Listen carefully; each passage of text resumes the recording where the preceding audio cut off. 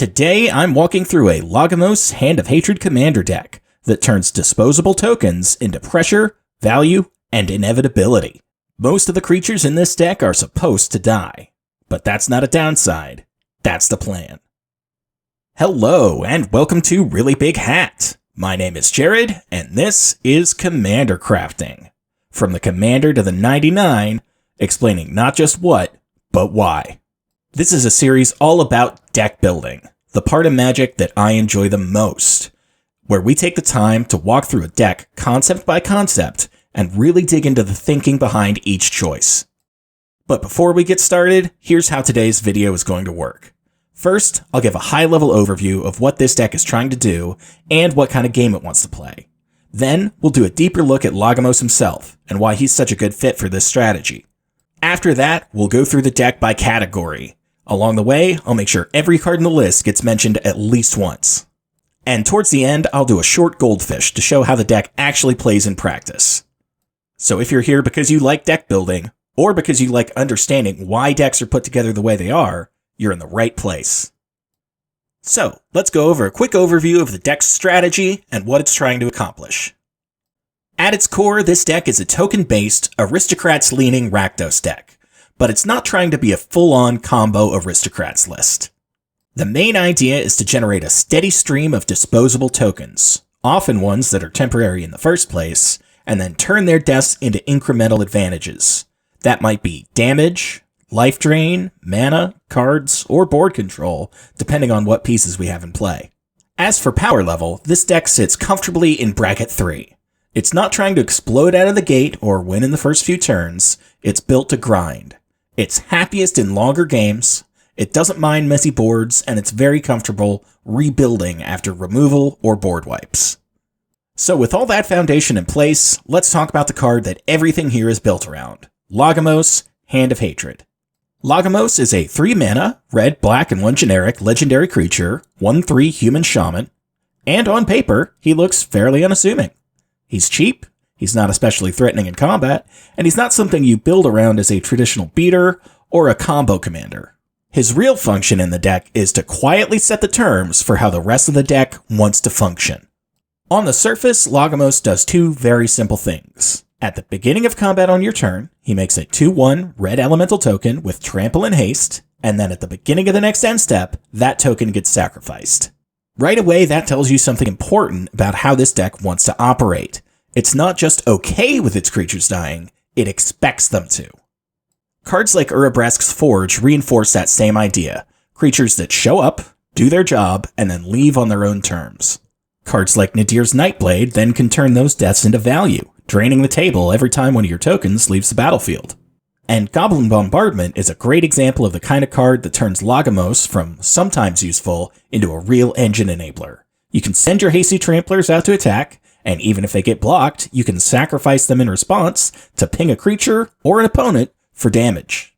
One last thing to call out here is Lagomos' tutor ability. I didn't design this deck around activating it as fast or as consistently as possible. It's not the core plan, but it is something you should use whenever the opportunity presents itself. If 5 or more creatures have died in a turn, yours or your opponent's, Lagomos turning that into any card you need is pure upside. And you don't have to force it. You just let the deck do what it already wants to do, and Lagomos will simply reward you for it. From here, it's time to go over the deck's various card engines. We'll start with token generators, because this deck only works if it has a steady supply of disposable bodies. Cards like Bitter Blossom are exactly what this deck wants. It quietly produces a token every turn. It doesn't ask for mana after the initial investment, and the life loss is largely irrelevant when those tokens are feeding your engine. Jadar, Ghoulcaller of Nephalia, does something similar, but in a way that's even more on theme here. The Decayed Zombie is temporary by design. Once it attacks, it's going to die at the end of combat anyway, which makes it perfect fodder for sacrifice outlets or death triggers. Ophiomancer is another all-star here. On each player's upkeep, if you don't control a snake, you get a snake.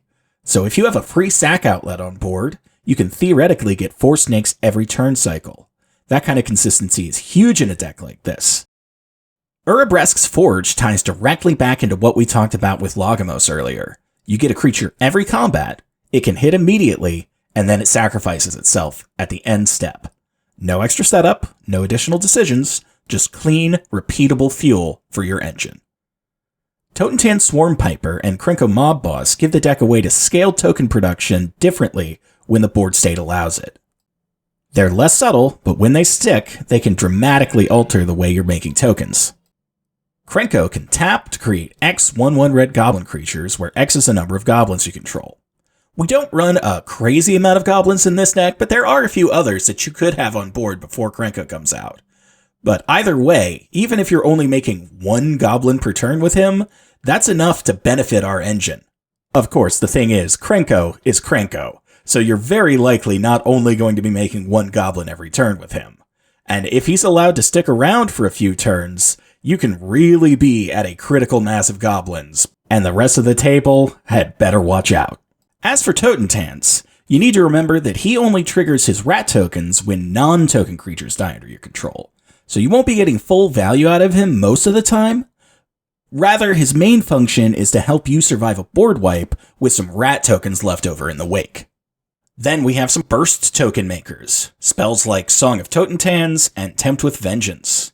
Rather than being permanent engines, these are meant to create explosive turns where you suddenly have enough board presence to swing in with a bunch of creatures in combat, or sacrifice them all for value, or, ideally both, and likely trigger Lagomos' tutor ability in the process. Next, we have a utility token source in Chandra, Acolyte of Flame. Chandra is a planeswalker with a 0 loyalty ability to create 2 1/1 elemental tokens that sacrifice on the end step, as well as a -2 ability that can recur an important instant or sorcery spell from your graveyard should the need arise. Loyal Apprentice, on the other hand, rewards you just for playing the game. As long as you control your commander, which we usually will, we get a 1/1 Thopter every combat, and that comes in with flying and haste. Then we have a couple of lands that can help generate tokens. Carekeep and Field of the Dead can let our mana base contribute to our engine without costing us cards in hand. We also have a few other lands that can contribute to token generation, some more easily than others. Barad-dûr can give you an orc army so long as the creature has died this turn, something we're hopefully able to achieve with our sack outlets or forcing an opponent to block our tokens. And remember, this does include our opponent's creatures, so if they die, that can also allow us to activate. Fountain Port is a flexible utility land. Sometimes it's card draw, sometimes it's a treasure token, and sometimes it's another creature token for us. I do mention Westvale Abbey here, because it is capable of making us a token in extreme circumstances, but the cost of 5 mana plus tapping itself is very steep for one body.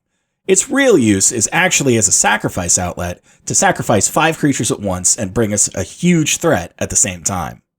Black Market Connection deserves a special mention here because it does almost everything this deck wants. It can make a token every turn, it can make treasures when you need more mana, and it can draw cards when you're short on gas. The life loss is a real cost, but this deck is built to convert that life into advantage very efficiently. General Crete the Boltbringer sits in the middle between engine and payoff. He is capable of making tokens whenever a goblin attacks, and we do have a few goblins in the deck which can satisfy that requirement, but it's unlikely to be consistent unless General Crete attacks himself. But where he really shines is his Impact Tremors effect, burning the table whenever a creature enters under your control. Bitter Bloombearer is Bitter Blossom attached to a creature, which has its pros and cons. The con is that it's easier to remove, but the pro is that it can attack from one in the air, which can be occasionally useful. Lord Skitter is another recurring source of disposable bodies, and he pulls double duty. He gives you a steady stream of rats to feed our engine, and he incidentally pressures opposing graveyards, which matters more often than you'd think in longer grindy games. Obnixilis the Adversary is another interesting planeswalker that can create us some tokens. Plus, he has Casualty, where he can create a non-legendary copy of himself, so you're really getting 2 obs for the price of 1. Both of these will have the -2 ability, which is what we really care about, where you can create a 1/1 creature token, and whenever that token dies, it can deal 1 damage to any target. And of course, they're both still going to be planeswalkers, so they can +1 for some hand control, or ultimate at -7 to have a target player draw 7 cards and lose 7 life. Sear Slicer Goblin is a good efficient way to get a 1/1 red goblin every turn. All you have to do is attack with at least one of your creatures, and since we really don't care if they die anyway, It's a pretty easy condition to match, especially with our commander giving us a hasty creature token every combat. Phoenix Fleet Airship is an interesting one. It can create token copies of itself as long as you sacrificed a permanent this turn, which, due to the timing of the triggers and the if in that sentence doing some heavy lifting, usually means we'll need our sacrifice outlet engine online for it to trigger. But once it's reliably triggering, it can balloon out of proportion very quickly, as each copy has the same effect. And once you have enough of them, you no longer need to crew them. They become creatures all on their own. This one in particular is a fun card to have pop off, and it can put in a lot of work if it's allowed to get going. Determined Iteration is an enchantment that allows you to populate at the beginning of combat, meaning you create a copy of a creature token. The token created gains haste and gets sacrificed at the beginning of the next end step, so treat it the same way you would treat Lagomos' elementals, either attack for pressure, sack for value, or both. Kuja is another interesting add here, since the tokens he creates are less expendable than most of the ones we make with the deck. The wizards that he creates each end step can each burn the table for 1 every time you cast a non-creature spell. So not only is he adding to our token engine, which is the primary reason we want him, but he's adding additional burn chances. And if he's allowed to transform, he and every wizard we control deal double damage as long as he's still on the board. Siege Gang Lieutenant is another way to add multiple bodies to the board with very little effort. As long as you control your commander, which, again, we usually will, it brings 2 goblin tokens with it at the beginning of combat. That's 3 bodies from 1 card, and in this deck, that represents a lot of potential damage, mana, or death triggers very quickly. Plus, he's able to pay mana to manually sacrifice those goblins to goblin bombardment something. Pretty cool. In addition to being a mana rock, Crowded Crypt is a slow, more delayed token generator, but the payoff can be huge. As creatures die, it quietly builds up corpse counters, and when you finally crack it, you get a swarm of zombie tokens all at once. It's not something you want to rush, it's something you let cook while the game naturally plays out. Bastion of Remembrance technically belongs more in the payoff category, but it does generate a token on entry, and that matters here. The soldier it creates gives you immediate fodder, and from that point on, every creature you control dying turns into life drain. It's a great example of a card that contributes to the engine in more than one way. Marionette Apprentice gives you an early choice, a slightly larger body or an extra token. Most of the time the servo is what we want, another disposable creature that can be sacrificed later, but having the option does make this card a little bit more flexible depending on what the game state calls for. Idol of Oblivion is mostly here for card draw, but it also has a very real token mode stapled onto it. Sacrificing it to make a 10/10 Eldrazi gives the deck a way to convert all of its incremental token play into a single, massive threat when the time is right. And finally, Spawning Pit sits right on the edge between Sacrifice Outlet and Token Generator. Early on, it lets you sacrifice creatures and store that value as counters. Later on, those counters can turn into fresh bodies, which means creatures dying now become creatures again later, keeping the engine moving. So that does it for our token generator section. Taken together, all of these cards make sure the deck almost always has access to expendable material. Once our token generation is solved, the rest of the deck doesn't have to worry about where value comes from. It just gets to focus on deciding how to convert it. But of course, having creatures who are fated to leave the board is only half the equation. The other half is being able to decide when and how that happens. Our sacrifice outlets give you control over the timing, which is what turns this deck from a random pile of synergies into a real engine. Ashnod's Altar and Phyrexian Altar handle sacrifice from the mana side. Turning a creature directly into mana lets you convert board presence into tempo, which is especially strong when the creature you're sacrificing was going to leave anyway. These altars are how the deck can suddenly chain spells together or rebuild very quickly after a wipe. Phyrexian Tower does something similar from the land base. It's only once per turn, but getting 2 mana from a land in exchange for a creature is a very real boost, and it's hard for opponents to interact with. Goblin Bombardment is the gold standard here. It's free, it's repeatable, and it converts every expendable creature into damage, either as creature removal or as a way to close out the game. It also lets you sacrifice creatures at instant speed, which matters a lot for combat and for hitting Lagomos' tutor condition on your terms. High Market is a much simpler outlet, but that's part of why it's here. It lives in your mana base, it sacrifices at instant speed, and it doesn't require any additional setup. Sometimes all you need is a clean, reliable way to sacrifice one of your own creatures at the right moment, and High Market does that job quietly and efficiently. Once again, Spawning Pit sits right on the line between a sacrifice outlet and a token generator.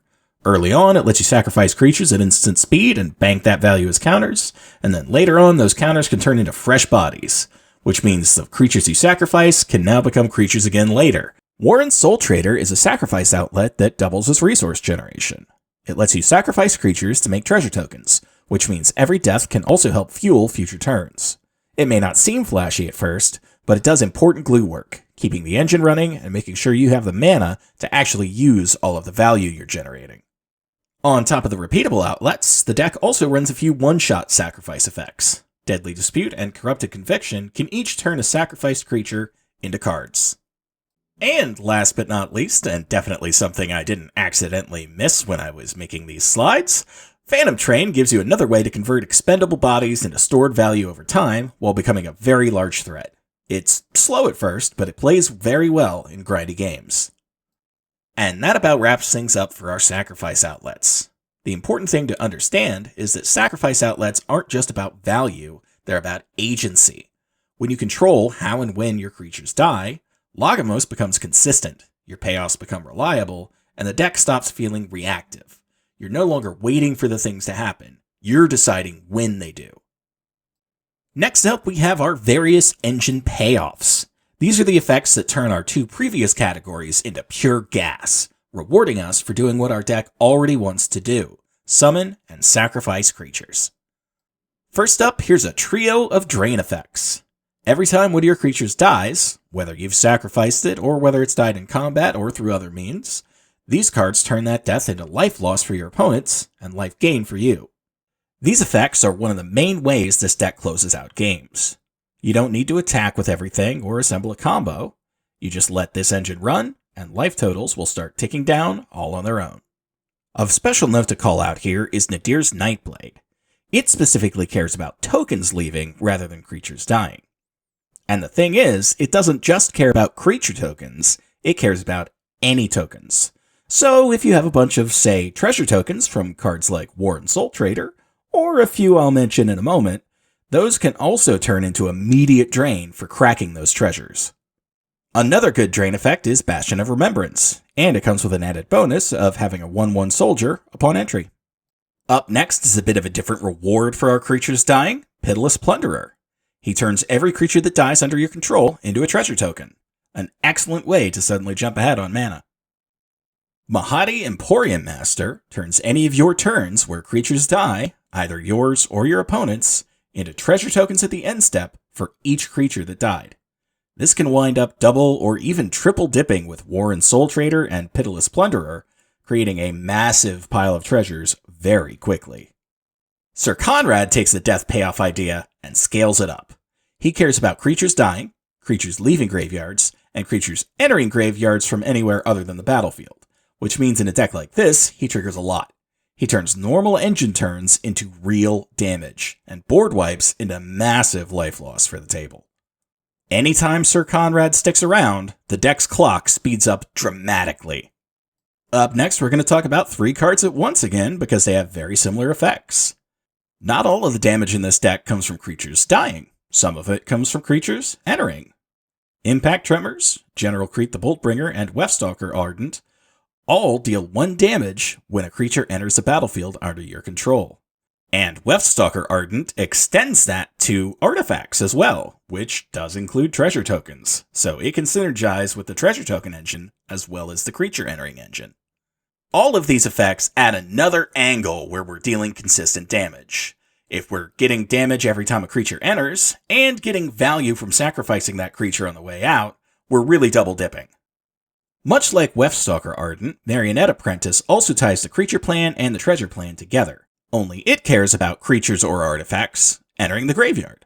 And an important thing to remember is that our tokens, while they are not permanents, do enter the graveyard when they die, so this does trigger off of all of our tokens, both our creature tokens and our treasure tokens.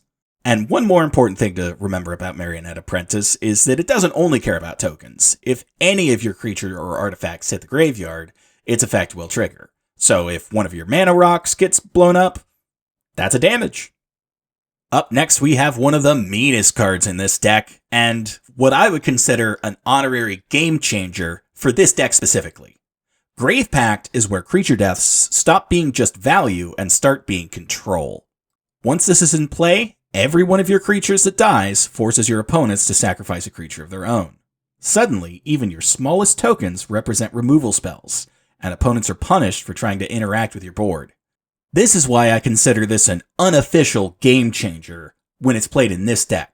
It has the potential to make this game swing wildly in your favor very suddenly.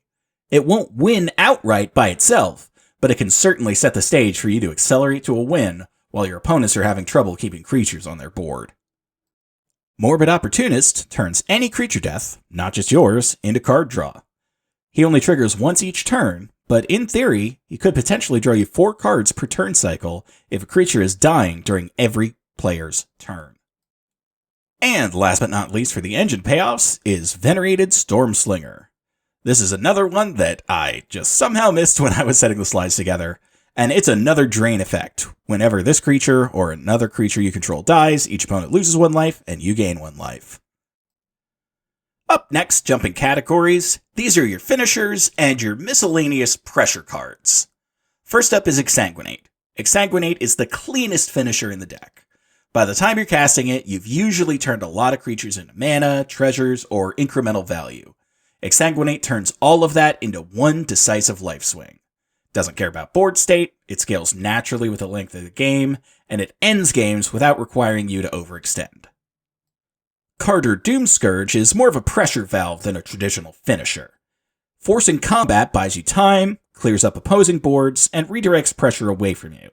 In a deck that's happy to see creatures die, Carter often turns a dangerous board state into an advantage. And finally, Ormondal is a finisher that asks you to play the game you were already playing. Turning 5 expendable creatures into a massive flying threat with lifelink and indestructible is exactly what this deck wants to be doing in longer games. It punishes opponents who let you amass tokens and gives you a way to close without relying on drain effects alone. These cards give the deck a certain amount of inevitability without forcing it into all-in lines. You don't rush to deploy these, you let your engine build, and then you use these to break the game open when the timing is right. Up next is a more familiar category, Mana Ramp. This deck isn't exactly trying to race out to an incredible amount of mana really quickly, but it does want to get set up early and keep its mana flowing. We'll start by showing off our traditional mana rocks. These are your standard early game ramp pieces. They'll help you get Lagomos online on time, smooth out your mana, and make sure you can start deploying engines without falling behind the table. Next up are 3 cards we have mentioned before, but these belong squarely in the ramp category: Pitiless Plunderer, Mahadi Emporium Master, and Warren Soul Trader. These cards turn creature deaths into treasures. They don't just accelerate you, they let you bank mana for later, which is incredibly important in a deck that plays a long, grindy game. It's very common for these cards to quietly set up a huge follow-up turn without drawing overdue attention. Next up, Ashnod's Altar and Phyrexian Altar. These both pull double duty as ramp and sacrifice outlets. Turning creatures into mana lets you convert your board presence directly into tempo, especially when those creatures were already on borrowed time. They're a big part of how the deck can explode through a turn or rebuild quickly after a board wipe. Up next is our card draw section. A small caveat, this deck doesn't run as many individual draw spells as I would normally recommend. Instead, it focuses on quality over quantity, with most of its draw effects being repeatable. Deadly Dispute and Corrupted Conviction are our only instant spells that draw us cards. Each of them requires sacrificing a creature, which we want to do anyway, and in the case of Deadly Dispute, we also get a treasure out of the exchange. Skull Clamp is Skull Clamp. Any deck that has Skull Clamp in it, it's likely going to be one of the best cards in the deck, and this one is no exception. We make a lot of creature tokens with 1 toughness, and most of them are on their way out the door anyway, so getting 2 cards out of the exchange for the cost of 1 mana to equip, pretty good deal. As I mentioned in an earlier section, Black Market Connections is pure flexibility. Whether you need cards, treasure, or bodies, it gives you exactly what you're missing at the cost of life. A trade this deck is more than happy to make. Morbid Opportunist rewards you for what's likely already happening at the table. It triggers on any creature death, not just yours, and while it's limited to once per turn, that can still mean multiple cards per round. It's quiet, efficient, and excellent in longer games. In this deck, Idol of Oblivion basically reads, draw one card every turn that your commander is on the field. Lagomos creates an elemental creature token every combat, and that gives us the fuel to trigger Idol of Oblivion's first tap ability to draw us a card. Like I hinted at the beginning of this section, 6 cards with draw a card effects isn't that much, but I went with quality over quantity for this deck. Most of these are repeatable, and they're going to be drawing you several cards apiece. Up next, let's move on to our interaction section. As a general rule, Rakdos doesn't typically protect its own board so much as it punishes everyone else's. We do have a few cards in here that skew that trend, but we also have plenty of good old-fashioned Rakdos take that spells. First up, we have a suite of cards that can deal with problematic creatures, or in the case of Chaos Warp, any permanent that we need to get rid of in a hurry. And continuing on that train, we have 3 more single target removal spells that are just good for getting rid of spot problems on the board. Moving right along to our wider range removal, Soul Shatter forces each opponent to sacrifice a creature or planeswalker with the highest converted mana cost among creatures and planeswalkers they control, while Blasphemous Act and Toxic Deluge are our board wipes of choice for this deck. Up next, we have our trickier spells, starting with Tybalt's Trickery itself. This is a red counter-target spell, a pretty interesting card. We also have Untimely Malfunction and Imp's Mischief that can redirect spells from one target to another. This can be used to protect your board or to steal somebody else's beneficial effect. They're very flexible and very fun to deploy. And rounding out our list of interaction spells, we have a modal dual-faced card in Malakir Rebirth. We can protect a creature on our board that's important by bringing it back when it leaves the battlefield, or we can flip it over and play it as a land if we don't need that particular effect. And finally, where would any deck be without its land base? This deck runs 36 lands, 37 including the MDFC that we just went over. And not pictured here is a Bloodstained Mire, which we do run in the deck, and I'm not sure how it didn't make its way into the slide. But aside from that accidental omission, this is the land base we're working with. So, that was the deck card by card, and now it's time to see it in action. We're going to go over to a quick Goldfish, where I'm going to play through the first few turns of the deck and talk out my decision making behind why I'm playing what and when, mentioning whatever card interactions I'm playing into, and generally whatever comes to mind.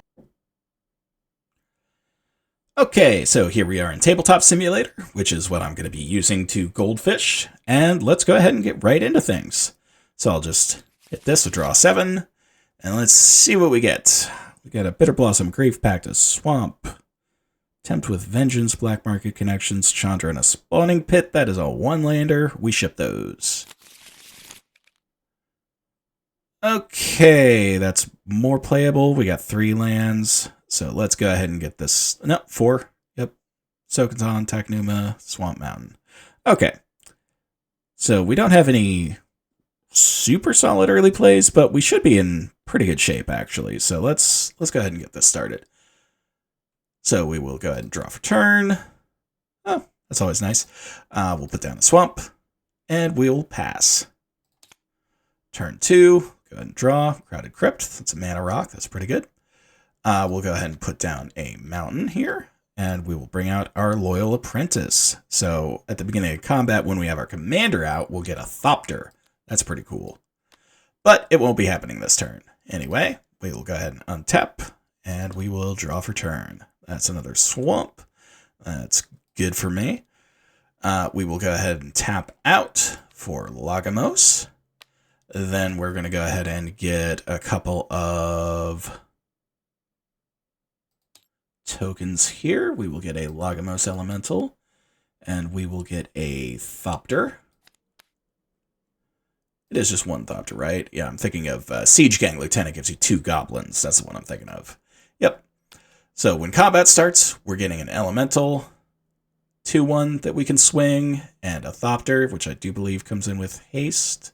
Yes, it does. So that is a 1/1 in the air, 2/1 with trample.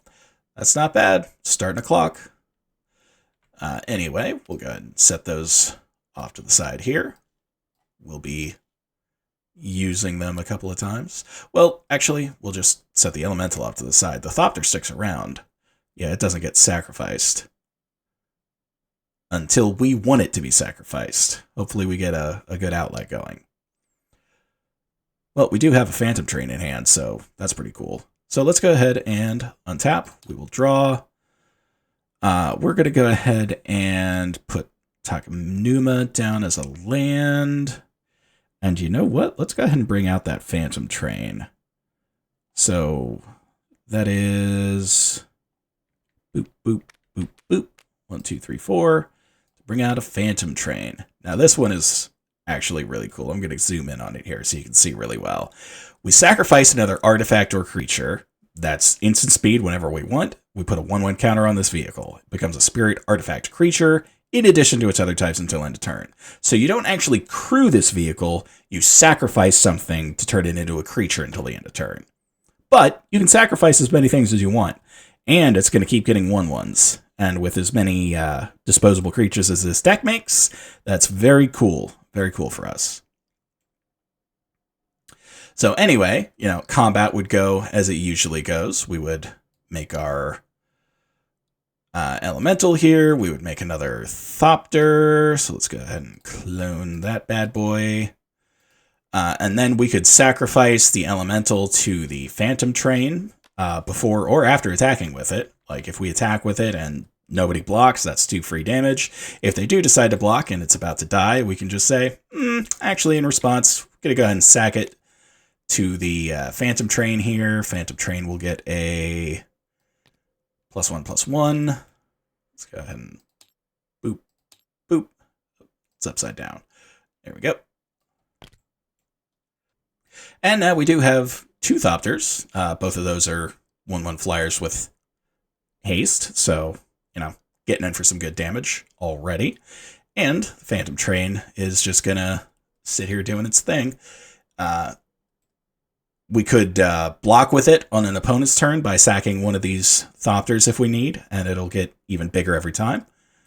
Yeah, it's a very fun piece, the Phantom Train. It's one of my personal favorites. Anyway, let's go ahead and untap everything. Draw for turn. We got Totentans. That's pretty cool. Not exactly something you typically show off in a Goldfish. This guy is mostly for surviving board wipes.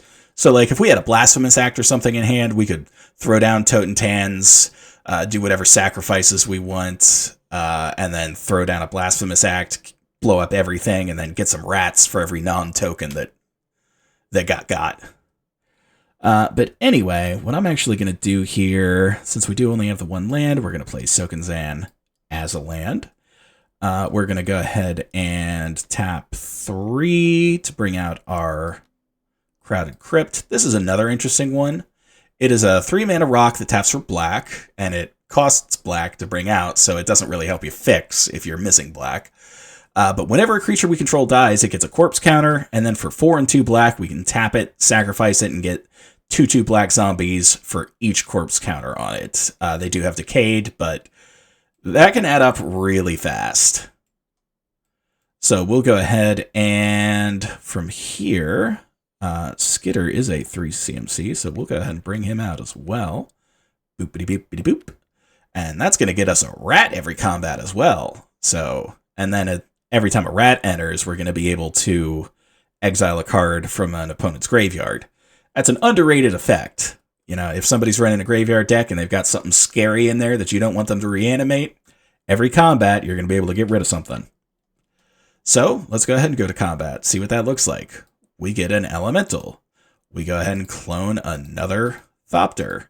Now we get a 1/1 rat. So let me go find that guy. Boop-a-doop. That's Rock Lobster? Is that right? It's supposed to be a rat. Okay, it is a rat. Yeah, that was weird. Anyway, we get our rat. When that comes out, we can exile something from somebody's graveyard. And then look at all this sacrifice fodder we have. We can go ahead and swing with the gang. The rat does not have haste. But, second verse, same as the first. If any of this gets blocked, Or if we want to also sacrifice something before we declare our attacks, we could make this guy into a creature and swing with him too, and then sacrifice even more stuff if it gets blocked to pump it up to survive. So, you know what, let's go ahead and say that we did that with our elemental. Let's say that we just sacrificed him before we declared our attacks to turn the Phantom Train into a creature, so we'll go ahead and turn it sideways. And let's go ahead and say that something was getting in our way. We can sacrifice the rat or one of the attacking Thopters. Let's go ahead and sacrifice the rat. Why not? It wasn't attacking. This is the most value we're probably going to get out. And that is going to get 2 corpse counters on that. I'll use loyalty for that. Boop, boop. And the important thing about this as well, let's just untap it for a second.